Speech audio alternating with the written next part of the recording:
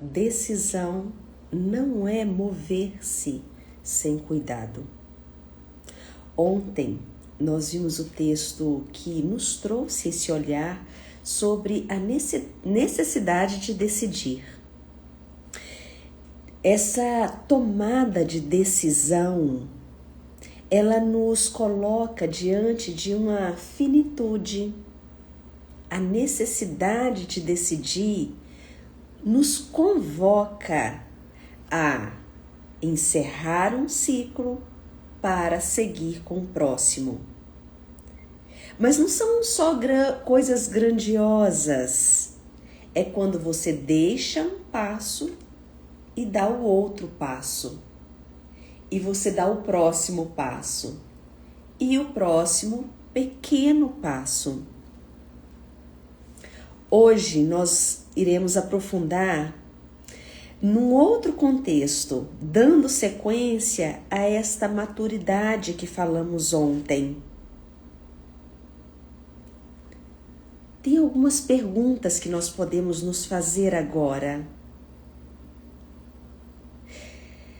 A pergunta poderia ser: depois que eu vejo um perigo, o que eu faço com ele? Eu avanço?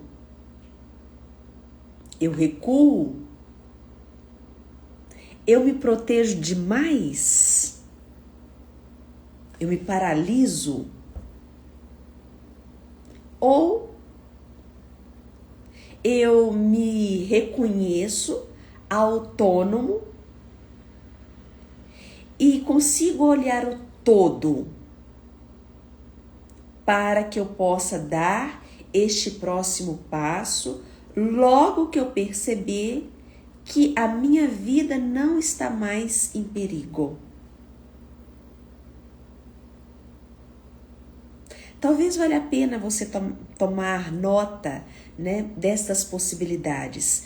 O texto de hoje é a precaução. Seguiremos com a pobreza e o autônomo. O que será isso? Ainda como uma introdução, quando a vida nos mostra que algo chegou ao fim, que é o que a gente tem visto aqui durante a semana toda, ela também nos chama a uma postura. E quando eu trago aqui sobre uma postura, e quando talvez você até já leu isso em algum lugar, já ouviu isso de alguém, quando você pensa em ter uma postura, o que faz mais sentido para você? A postura externa ou a postura interna? E quando se trata de uma postura interna, nós estamos falando do que você sente diante de uma situação. Você pode sempre seguir por este caminho. Como que eu me sinto? Interna, isso. E a pergunta, quando a gente entende que essa postura é interna, a pergunta que nós precisamos fazer é: como eu me sinto? Nunca é sobre o outro, do tipo, por que você fez isso comigo? A pergunta, ela sempre nos traz para uma reflexão interna. Como eu me sinto diante desta situação? Todas as vezes que você consegue fazer essa pergunta, e se você não tem a resposta, você vai procurar ajuda para isso, porque é sobre o como eu me sinto. Não é sobre consertar o que o outro faz. É sobre eu entender como que eu me sinto diante de determinada situação. E aqui vem a grande resposta. Se você se pergunta, é isso, Ronivalda, que eu faço? Como eu me sinto? Eu me sinto péssima. Ou eu me sinto desrespeitado. E aí eu te pergunto, diante disso que você sente, qual é a sua postura? Qual é a sua tomada de decisão?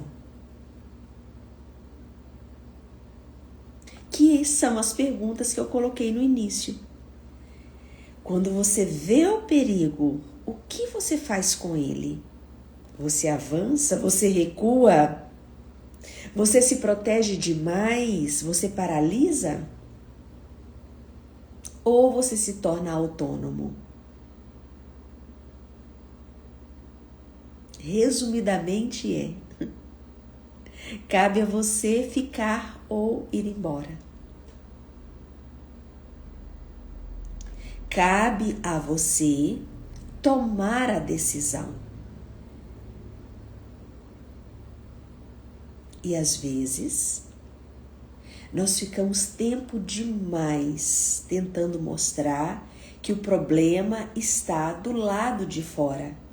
Porque nós temos dificuldade, na maioria das vezes, de nos posicionar na vida de uma maneira diferente. E assumir a responsabilidade sobre aquilo que estamos vivendo, sem depender da mudança externa. A mudança sempre será interna. E isso não é uma acusação, não é uma crítica. É você tomar para você todo o poder sobre a sua própria vida. É para isso que nós vamos para a psicoterapia. A psicoterapia é um lugar onde você acessa o seu verdadeiro potencial para continuar a sua história de vida. Não é para você desabafar. Né? A terapia não é um lugar de desabafo. É um lugar de transformação. Então, o texto precaução, né, pessoal que está chegando agora, só para vocês compreenderem, né, o que nós estamos fazendo aqui, é entrarmos na precaução. Porque a precaução, ela pode se tornar uma paralisação ou ela pode se tornar um grande avanço. Vamos ver o que Bert fala? Vamos para a íntegra do texto. Ele diz assim: devemos ser cautelosos a uma ameaça de perigo. Este perigo provém geralmente do exterior. Então, aqui nós estamos entendendo que o perigo, ele é externo. Nós nos expomos ao perigo externo estando acordados, olhos abertos, despertos. Muitos passam pela vida de olhos fechados. É nesse ponto que nós diferenciamos o que é ver e enxergar. Talvez você esteja vendo, mas não está enxergando. Enxergar É você estar profundamente presente naquilo que está acontecendo. É aí que você entra no campo do sentir. Teve um dia desses que eu ainda falei um pouco sobre isso, quando nós vivemos sem tempo. Não existe viver sem tempo, o tempo sempre será o mesmo. Nós é que estamos no automático. Estando no automático, nós não sentimos. Então, a pergunta que eu sugeri do início, ela já se perdeu. Você não consegue perguntar como eu me sinto. E você corre o risco de passar a vida inteira acreditando que o problema está naquilo que te faz sofrer e não na sua incapacidade de sair do lugar. E quando eu falo na incapacidade de sair do lugar, eu não estou dizendo que você seja incompetente, mas talvez você esteja paralisado diante da situação. Para poder afrontar um perigo com sucesso, a precaução precisa de uma decisão e de coragem. Estes fazem com que os outros sejam também cautelosos conosco. Aqui tem uma medida interessante. Quando você se posiciona, quando você consegue falar como você se sente, você também está ensinando como que o outro trata você. O outro te trata da forma como você se posiciona diante dele. Eu vou repetir essa frase para vocês anotarem. Abra o seu coraçãozinho. O outro te trata da forma como você se posiciona.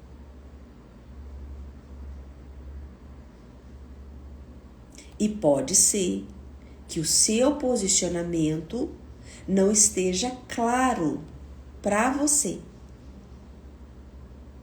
Por isso que ele vai falar do estar desperto.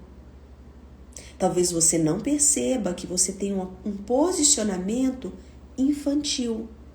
Então você será tratado como uma criança. E você quer que o outro te trate como adulto. Mas você se posiciona como uma criança. E nem sempre nós temos consciência disso.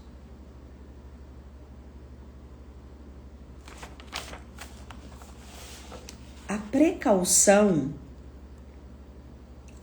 hesitante com a qual nos afastamos em vez de avançar, não nos deixa alcançar o grande sucesso. O outro te trata da forma como você se posiciona. Obrigada, bom quando vocês deixemos aí os lembretes, né? Então aqui, Bert, ele vai trazer 4 formas de precaução. A primeira precaução, ele chama de precaução hesitante. Qual que é a precaução hesitante? Aquela que agimos nos afastando. Não nos deixa avançar para o grande sucesso. Ele foge dela. A precaução bem-sucedida, ela anda de mãos dadas com a coragem. Alerta que nos faz capazes de olhar de frente um perigo ou um acontecimento ameaçador. É o que nós fazemos num grupo de constelação. O que nós fazemos num grupo de constelação? Nós olhamos para aquilo que nós não estamos alcançando entendimento, compreensão. tá nebuloso. Mas não adianta ver. Se você só vê, você se torna um acusador. E às vezes é tão difícil ver que é mais fácil atacar o externo. Ah, eu estou assim porque eu vi na constelação, porque a minha mãe me dá as costas. Tô dando só um exemplo, tá? Para quem já esteve em grupo de constelação. Mas isso não é uma questão. Você consegue enxergar a dor que você sente ao ter uma mãe que te dá as costas quando você era criança, tá, gente? Sempre é a criança. Ah, Ronivalda, minha mãe me dá as costas até hoje. Quantos anos você tem? Se for acima dos 8 anos de idade, você precisa olhar para isso com mais cuidado. Porque depois dos 8 anos, nós já saímos da área de necessidade exclusiva materna. Nós precisamos de outras pessoas que nos conduza a partir dos 8 anos de idade. Que é quando nós já vamos para a escola obrigatoriamente. Então, se você tem mais de 8 anos e você ainda se queixa que a sua mãe não te dá a atenção que você precisaria, você precisa ir para terapia. Até rimou, né? Precisa, vá para terapia, busque ajuda com essa dor. Porque você ainda está andando atrás dela como uma criança abaixo de 8 anos. E você é um adulto desejando ganhar dinheiro, ter sucesso, mas a sua postura é outra.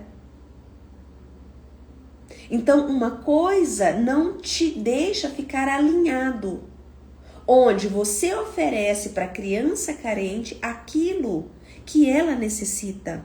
Então, não é desprezar a sua necessidade, é reconhecer que cabe a você dar aquilo que a sua mãe não pôde dar e não dá até hoje. Por quê? Porque ela também não deve ter para ela.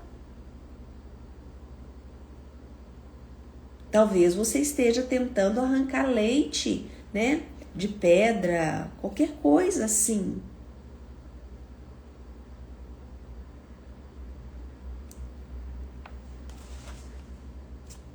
E aqui ele traz outra precaução.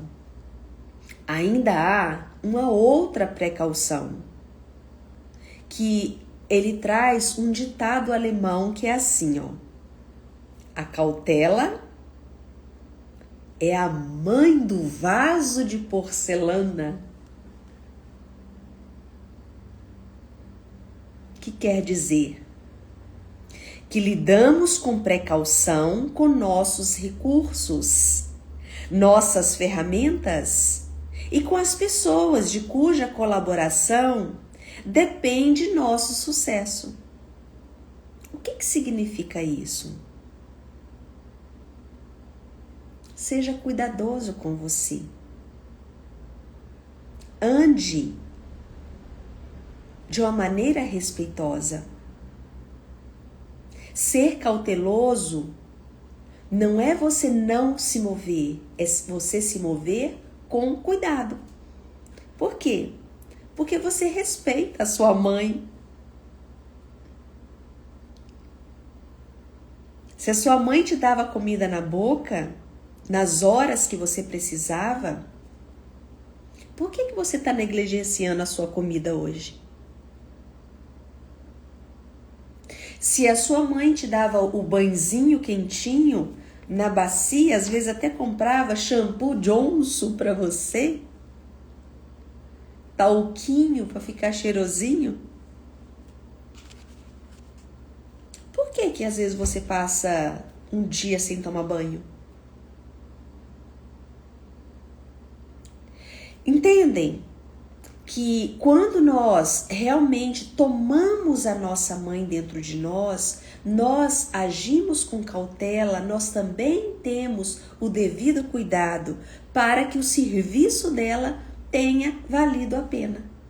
O problema é que você ainda fica andando atrás dela.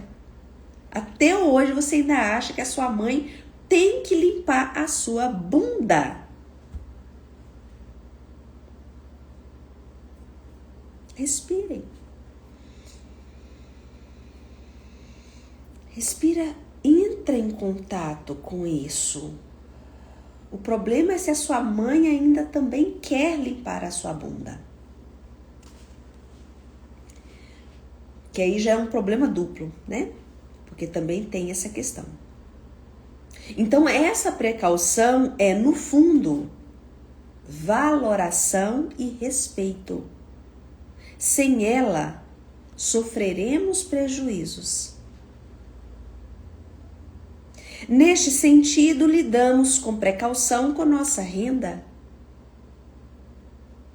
Estabelecemos reservas para os tempos de penúria. E aqui Helling mostra que o dinheiro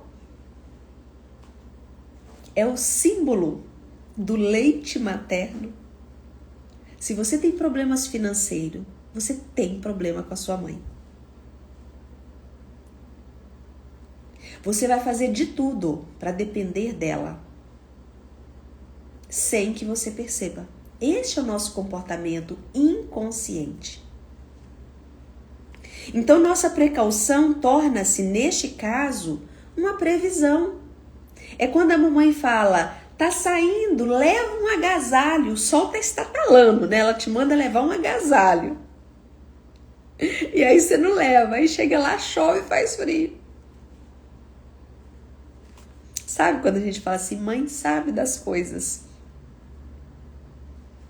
Quando a mãe fala, tá saindo, janta primeiro. Não, não quero não. Aí você vai e bebe, com a barriga vazia, passa mal. Ah, se eu tivesse escutado a minha mãe. É quando nós colocamos essa voz dentro de nós. Nós andamos com previsibilidade. É quando ela vai se tornando dispensável e você vai ficando cada vez mais adulto e maduro. Minha mãe não precisa mais falar, eu mesmo faço. E aqui Beth vai trazer algo que já é um pouco curioso, que é até um pouco contraditório com estas 3 precauções. Olha a próxima precaução, que aqui dá um nó, porque parece contraditório. Olha o que ele fala. Às vezes, somos cautelosos neste sentido com nossas palavras. Onde convém, nós a retemos prudentemente.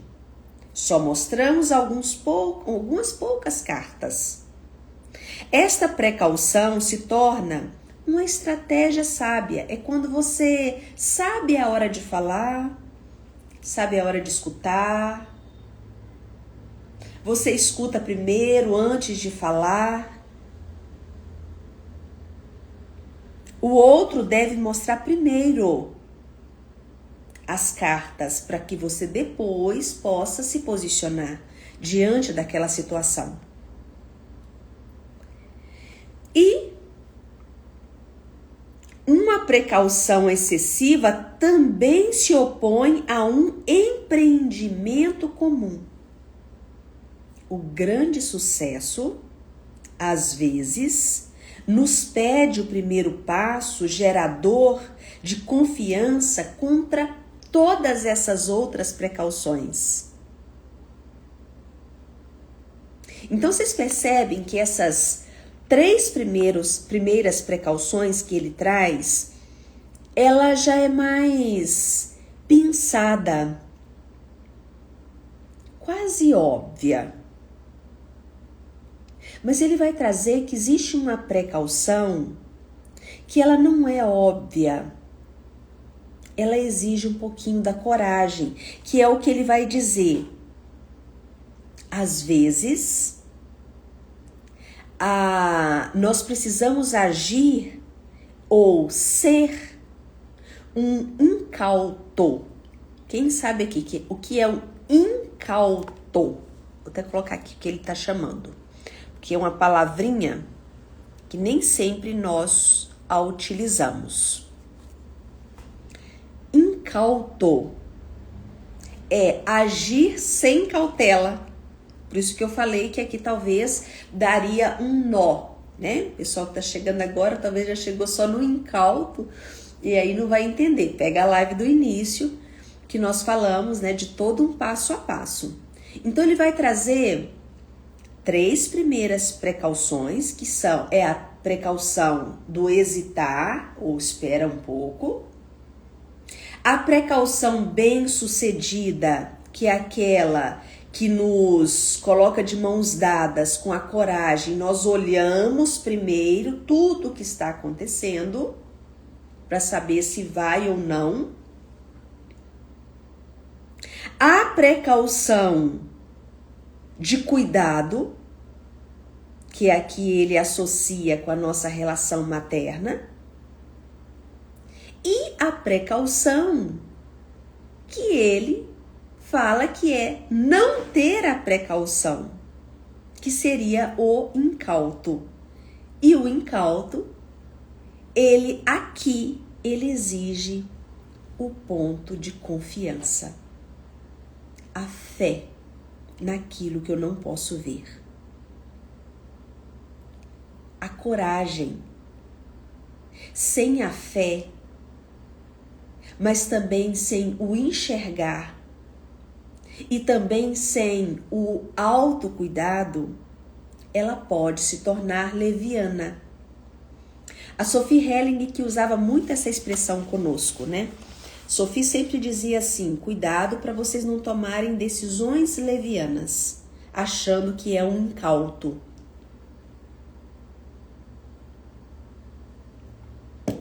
Que é você desprezar todo o resto. Então vocês percebem que a vida adulta, ela é muito agradável. E o sucesso, ele é infindável, quando de fato nós conseguimos compreender que a vida espera algo de nós. Nós não estamos aqui a passeio, né?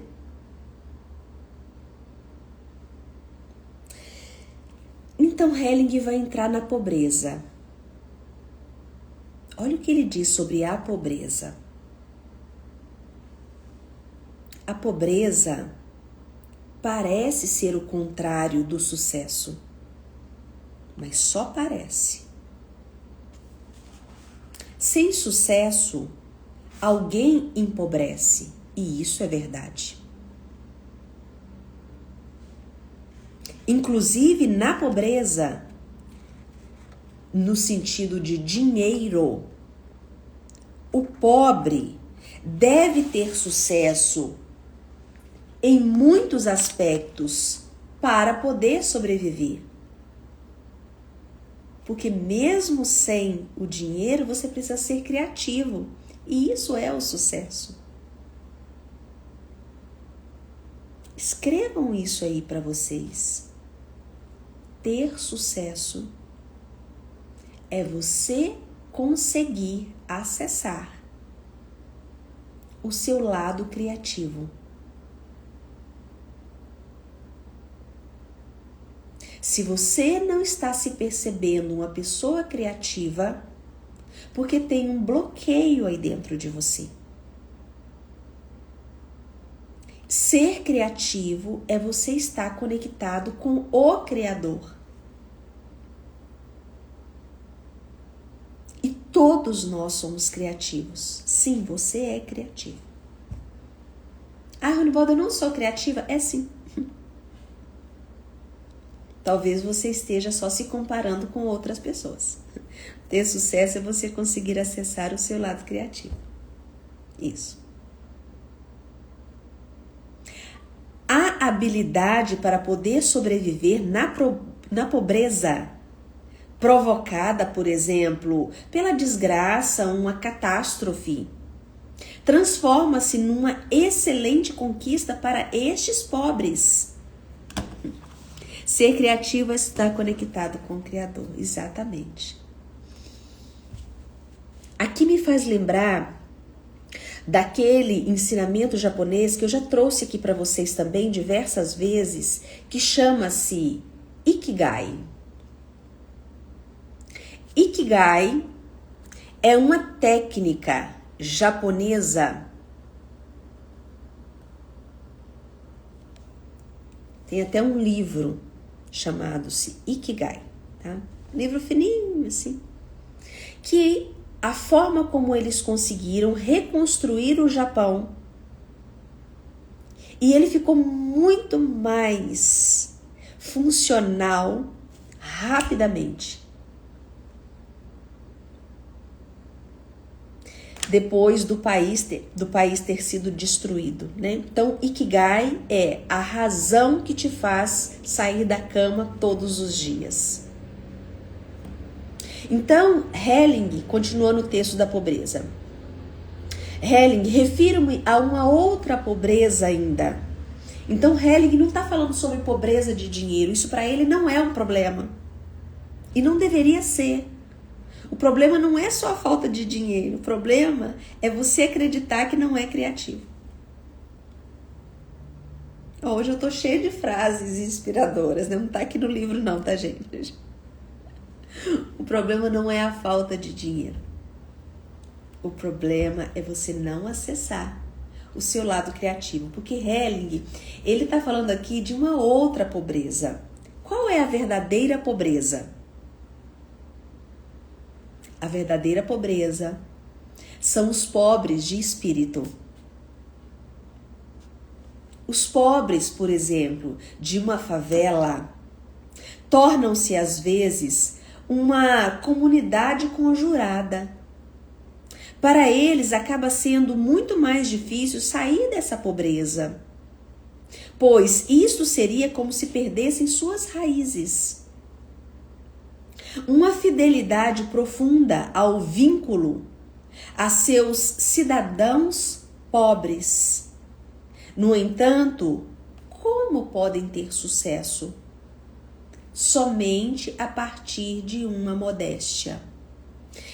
E quando nós falamos de pobre de espírito, é você reconhecer que você está vinculado àqueles que não tiveram muitos recursos criativos.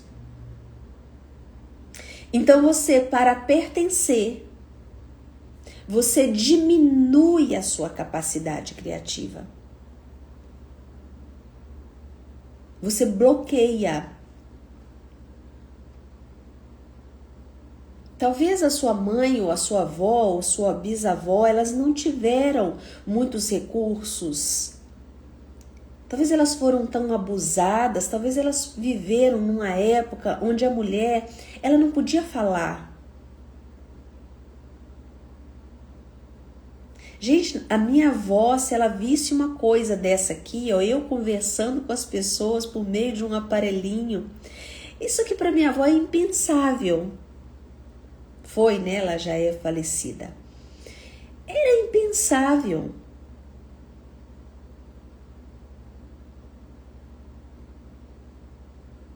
Eu nunca vi a minha avó vestida com uma calça. A minha avó, ela usava vestidos e anágua. Não sei se vocês conhecem, né? A anágua, aquele vestidinho que se coloca por baixo de uma saia ou de um vestido. Eu poderia trazer outras histórias, né? Só tô colocando aqui. Então, essa polidez por não poder ter um lugar visível de ação. O poder da fala ou da própria criação. Mas, em contrapartida, minha avó é aquela que se colocasse na mão dela um chuchu e um tomate e uma folhinha de couve, ela fazia um banquete. Isso é a grande criatividade, né? Então, a pobreza de espírito começa no espírito, permanece no espírito e muda no espírito. Não tem nada a ver com a conta bancária. Superar esta pobreza é um sucesso do espírito. Primeiro, ainda de forma oculta, é um sucesso secreto. Depois, aos poucos, a mudança a outro campo espiritual é um sucesso decidido. É quando você decide, mas você não tem que provar nada para ninguém. Também neste caso acontece com o maior êxito quando não chama a atenção. Quando é insuspeito, sem ser percebido pelos outros. E aqui Helling está dizendo sobre a necessidade de sermos vistos e aceitos. E é nesse momento que você também não alcança o sucesso. Porque a ferida não é sobre o sucesso, é sobre a sua dor emocional do início da vida. E é nesse momento que você vai estar sempre se sentindo diminuído. Então, deste modo, um pobre, e ele coloca entre aspas, se liberta lentamente de sua pobreza de uma forma autônoma, com sucesso. Chegando à outra margem, apenas olha para frente com humildade. Então, a humildade, ela não tem nada a ver com dinheiro. Que, aliás, essa palavrinha, ela é difícil, né, de realmente tirarmos ela dessa ligação com o dinheiro. É muito comum nós escutarmos, né, aquela pessoa é humilde, referindo-se à falta de dinheiro, né? Tem muitos humildes que são, tem muitos pobres de dinheiro que são muito arrogantes. Então, nós não podemos associar a palavrinha humildade com a moeda. Humildade é um estado de espírito. Assim como a arrogância também é um estado de espírito.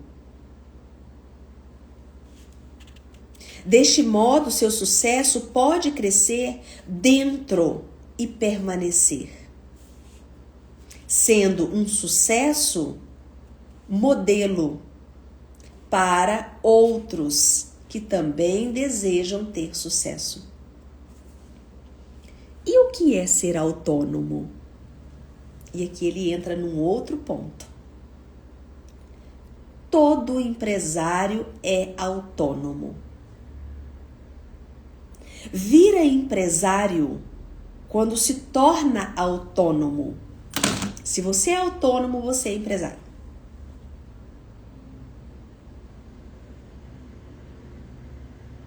Pausa para você se sentir aí. Eu sou empresário. Eu tenho uma empresa. Eu não tenho chefe. Chefe sou eu. Não tem ninguém que me manda estar aqui com vocês às 5 horas da manhã, exceto o que eu entendo que faz sentido.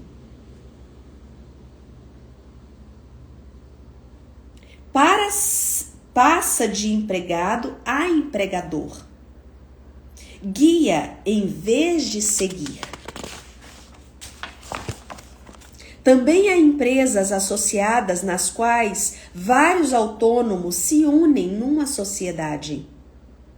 Mesmo trabalhando unidos, cada um continua sendo autônomo em sua área. Continuam sendo sócios autônomos, como num escritório de advocacia, por exemplo. A grande questão do autônomo é... E aqui Helling, inclusive, ele vai dar uma pausa. Olha que interessante a forma como Helling escreve. Olha o que ele diz, que é muito sério. Para todos os autônomos, prestem atenção nisso aqui. A questão é, em que medida um empresário continua sendo autônomo? Cede às vezes sua autonomia a outros. Por exemplo, a seus investidores. Ele fica refém dos investidores. ali ele deixa de ser autônomo. Os investidores servem a ele ou ele lhe serve predominantemente. Podem, inclusive, acabar com ele depois de um tempo? Qual seria a solução? Um empresário permanece com seu sucesso dentro do contexto que lhe permite continuar sendo autônomo. Neste caso, não se deixa engolir pelo outro. Então não é o outro que decide como que você vai entregar aquilo que você cria. Quem toma a decisão é o próprio autônomo. Continuar com isso detalhadamente vai para além de minha competência, e é aqui que Helling para. Porque o Helling, ele joga, né, a informação e ao mesmo tempo ele recua, ele fala: o que vocês vão fazer com isso? É apenas o que eu estou vendo. Vocês se dizem autônomos, mas no final das contas se colocam reféns daquele outro. Talvez seja assim que é a relação que você tem com a vida e com a sua mãe. Porque você não se posiciona com a autoridade diante daquilo que você quer entregar para o mundo. Então você se torna dependente da medida do outro. Existe uma insegurança interna. Sempre a pergunta: como que eu estou me sentindo diante desta situação? Como eu me sinto diante dessa situação? Então, por isso que ele fala, né? Paro por aqui. Apenas uma sugestão para ser refletida.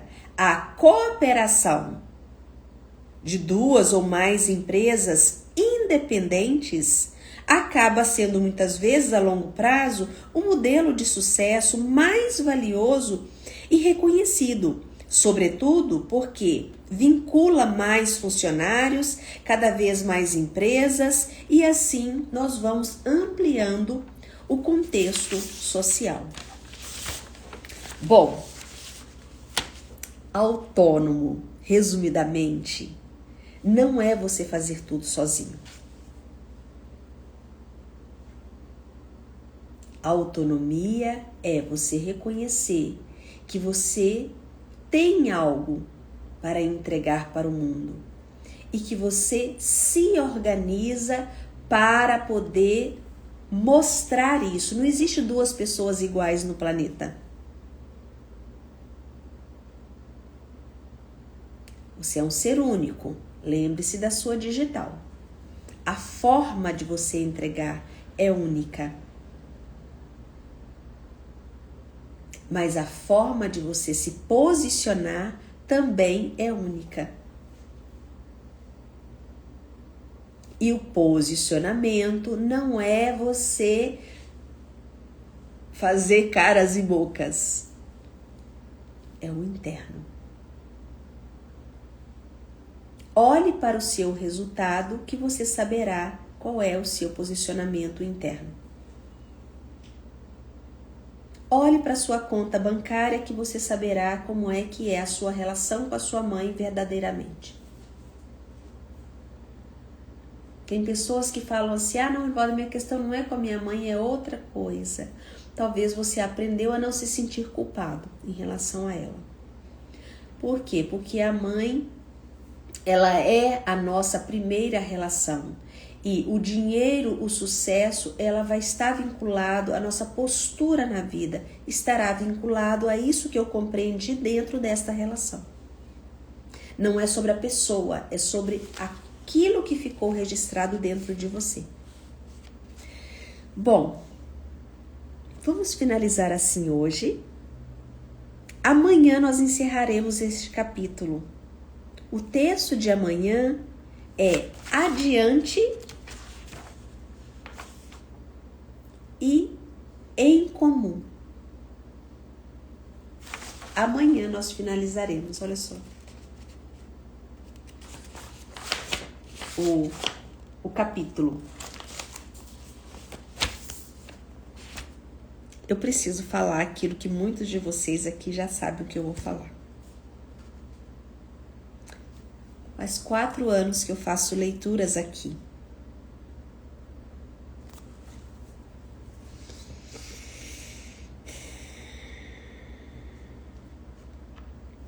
Quatro anos.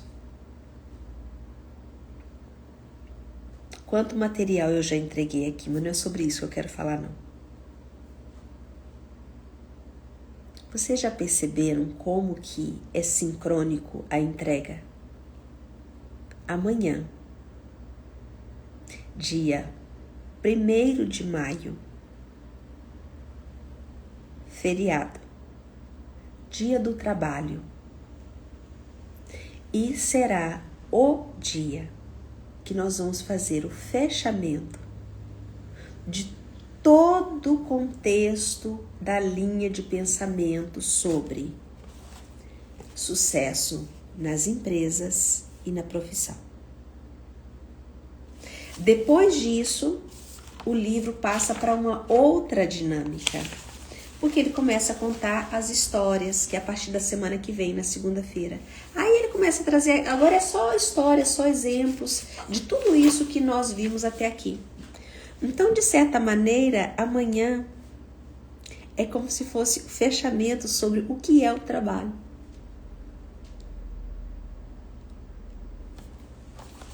Se vocês ainda têm dúvida que tudo na vida é sincrônico e não existe ou por um acaso, deixo a cargo de vocês refletirem sobre isso. Beijos, nos vemos amanhã, dia 1º de maio, dia do trabalho, para fecharmos tudo o que nós vimos sobre trabalho, sucesso, profissão. Então amanhã eu também trarei aqui para vocês algo que possa simbolizar o dia do feriado comemorativo do trabalho, tá? Não perca amanhã, chame outras pessoas para cá, traga as suas perguntas, tem uma caixinha de pergunta aberta nos stories. Se você tem algo a falar, a perguntar, coloque lá a sua pergunta, eu envio para você aquilo que você acredita que precisa, tá? Beijo, até amanhã, às 5 horas.